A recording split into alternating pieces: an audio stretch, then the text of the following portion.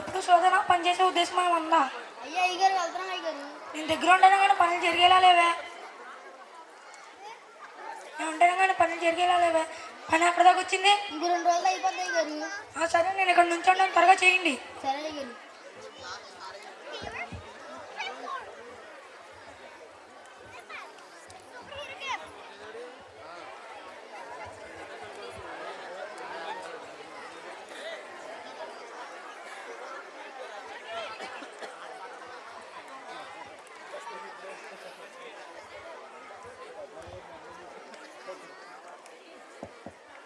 Hello check.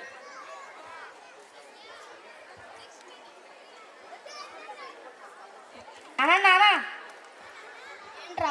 నేను బడికి వెళ్తాను నాన్న. బడికి దేనికి రా? పనికి వెళ్ళు. నువ్వు బడికి వెళ్ళి చదువుకోవాలి నాన్న. బడికి వెళ్ళి ఏం చేస్తావు రా? పనికి వెళ్ళి డబ్బులు సంపాదించు. నువ్వు పనికి వెళ్ళినావు, బడికి వెళ్తా. మా స్నేహితులందరూ బడికి వెళ్తున్నారు, నేను బడికి వెళ్తాను నాన్న. నువ్వు కానీ పనికి వెళ్ళకపోతే నా మీద ఒట్టే.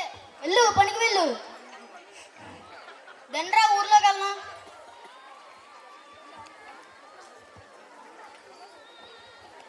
ఊరు వచ్చేసిందిరా, ఎవరింటికి వారు వెళ్ళిపోదాం.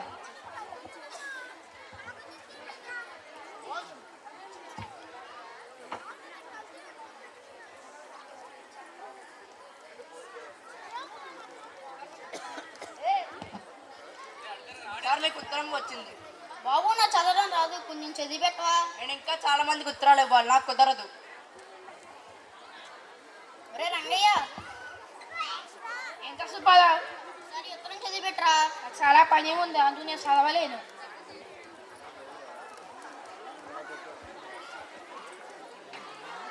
గంగయ్య, ఏంట్రా?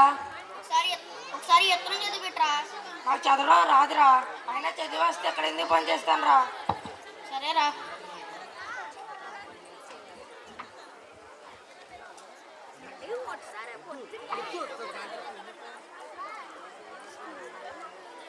అరే వసూలు వసూలు వసూలు వసూలు, పైసా వసూలు. బాబు, ఒకసారి ఉత్తరం చదివి పెట్టవా.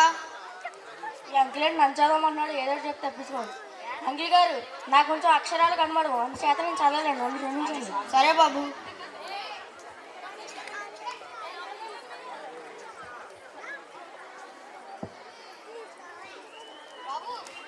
బాబు, ఒకసారి ఉత్తరం చదివి పెట్టవా.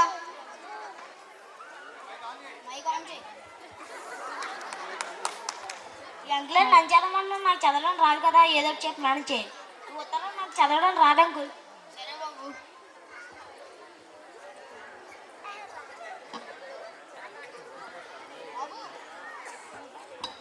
ఒకసారి ఉత్తరం చదివి పెట్టవా.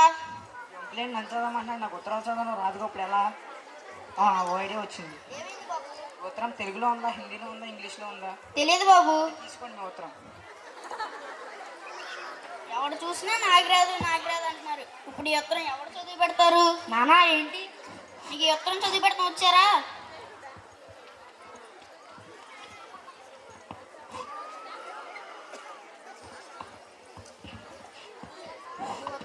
ఈ ఉత్తరం విజయవాడ నుంచి అత్తయ్య పంపించింది.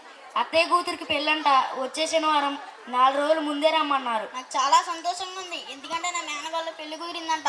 బాబు ఎంత చక్కగా చదివాడో, కాబట్టి మీ పిల్లవాడిని బడికి పంపు, చక్కగా చదువుకుంటాడు. రాహుల్, నువ్వు రోజు బడికి వెళ్ళు. సరే నాన్న. అందుకే చెప్తున్నా, పిల్లల్ని చదివించడం వల్ల వాళ్ళు పెరిగి ప్రయోజకులు, తల్లిదండ్రులు సహాయపడతారు. ఎందుకురా వాళ్ళ మాటలు వీళ్ళ మాటలు వీళ్ళ పిల్లాడిని బడికి పంపిస్తున్నావు? చక్కగా బడికి పంపించవచ్చుగా, డబ్బులు సంపాదిస్తాడు. చాలా మంది సలహా ఇచ్చినట్టున్నారు. మీకు ఈ విషయం తెలియదా? 2010 ఏప్రిల్ 1లో విద్యా హక్కు చట్టం అమల్లోకి వచ్చింది. 6 నుండి 14 సంవత్సరాల వరకు పిల్లలను బడిలో కాకుండా పనిలో చేరిస్తే పనిలో పెట్టుకున్న వారిని, పనిలో పెట్టిన వారిని ఇద్దరిని జైల్లో వేస్తారు. సరే అయితే ఈ రోజు మా పిల్లవాడిని బడికి పంపిస్తా. సరే అయితే ఈ రోజు మా పిల్లవాడిని కూడా బడికి పంపిస్తా.